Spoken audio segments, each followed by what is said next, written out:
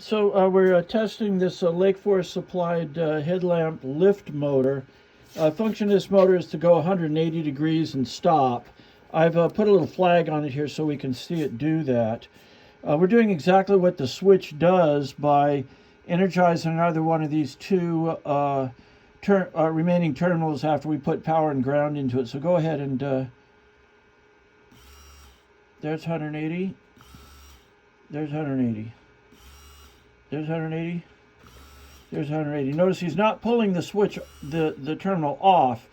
It is automatically turns off due to the clock motor on the inside. Now, this clock motor has hidden under, in this compartment right here, are two diodes.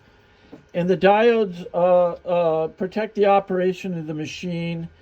In order to check those diodes, we actually have to uncover this plate right here.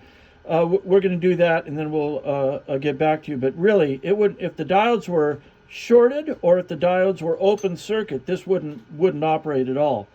But that doesn't conclude the diode test. So we'll check that again here in just a sec.